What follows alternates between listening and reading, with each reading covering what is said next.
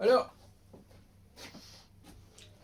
je travaille actuellement sur un auteur qui a été négligé par les bibliographies de Nostradamus.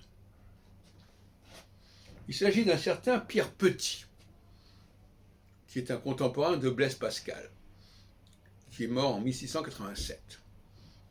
Petit. Et quand on regarde le traitement que l'on a fait de son œuvre, on voit qu'il a été très mal traité par les uns et par les autres. C'est-à-dire que certains connaissent certaines parties de son œuvre et pas d'autres, et inversement. Alors, je prépare un travail important à ce sujet, que je mettrai en ligne dans les prochains jours. Mais je voulais quand même en parler comme ça, un peu à la franquette, et vous dire que, curieusement, j'avais signalé cet ouvrage dans une introduction bibliographique à l'astrologie française, qui est restée inédite et que j'avais fait en 1988. Alors je me souviens plus très bien pourquoi elle n'a pas été publiée, c'est un peu ancien, mais peu importe.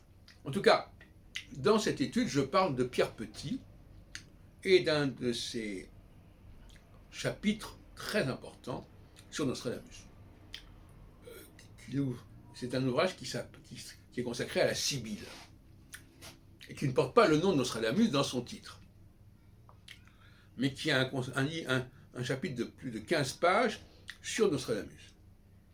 Eh bien, aucun nostradamologue, que ce soit Guinard, Benazra, Rousseau, Brindamour, Chomara, etc., ne parle de ce Pierre Petit et de son chapitre remarquable de biographie et de bibliographie de Nostradamus. Et vous connaissez la raison pour laquelle on n'en parle pas? C'est que c'est en latin. Or, on s'aperçoit qu'à quelques exceptions près, 95% des recensions qui sont faites par les uns et par les autres sont faites sur des ouvrages parus en français ou en anglais. Je parle de la période du XVIe siècle, je ne parle pas de la période plus ancienne.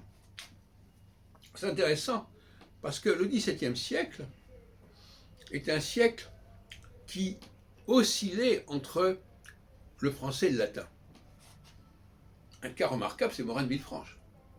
On a toujours cru que Morin de Villefranche avait écrit en latin, notamment son fameux Astrolia Gallica 1661, alors qu'il avait publié deux éditions des remarques astrologiques sur le centiloque de Nicolas Bourdin, que j'ai édité et que j'ai découverte et que j'ai édité en 1975-76. Un autre cas intéressant, c'est Gassendi. Gassendi, dans son rapport avec Mersenne. J'ai montré en 92, dans un colloque qui s'est tenu à Digne, en l'honneur de Gassendi, que Mersenne, dans les préludes à l'harmonie universelle, avait traduit Gassendi du latin en français. Et ça n'était pas connu. Eh bien, là encore, Pierre Petit a contribué en 1586, quand même assez tardif pour écrire en latin, mais il a publié en Allemagne, à Leipzig, et on lisait plus facilement le latin encore dans certains milieux que le français. Cela dit, en 1654, comme le montre Elisabeth Labrousse dans son ouvrage L'entrée de Saturne au Lion, sur l'éclipse de 1654, on nous parle du travail de Pierre Petit. Donc, il se trouve que j'ai consacré une étude importante dans un ouvrage consacré à Gassendi, dirigé par Sylvie Taussig, sur l'éclipse de 1654. Eh bien, c'est le même Pierre Petit qui écrivait sur l'éclipse de 1654, qui écrira 32 ans plus tard sur Nostradamus. Donc je voulais vous signaler que la question des rapports entre le français et le latin a souvent empêché de faire certaines connexions. Alors il se trouve que moi, je ne sais pas comment j'y suis parvenu, dans mon introduction bibliographique à l'astrologie française,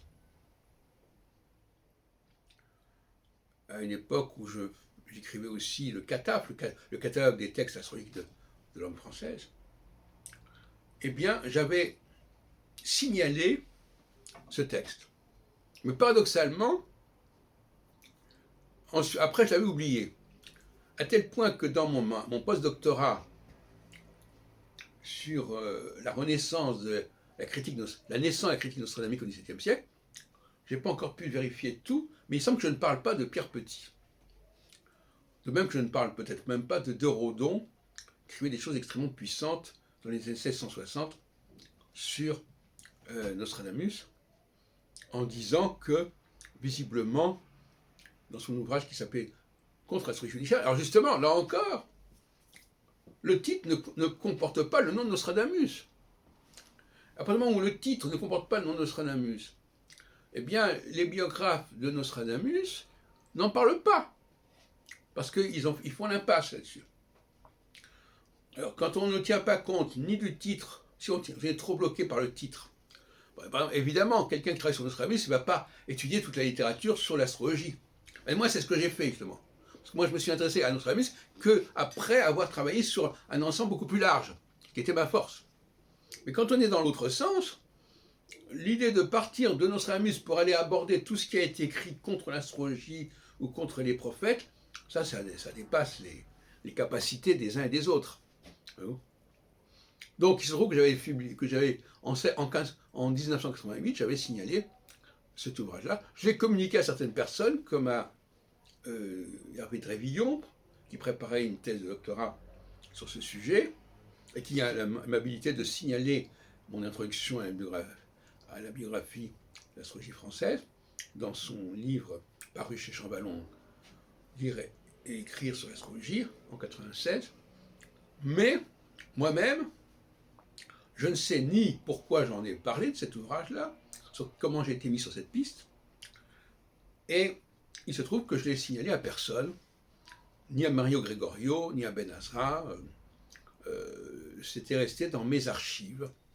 Et ce n'est que récemment, parce que je suis dans une période hypermnésique où j'aime bien reprendre le contrôle de tout ce que j'ai pu écrire par le passé, que je me suis lancé dans cette idée d'étudier ce manuscrit.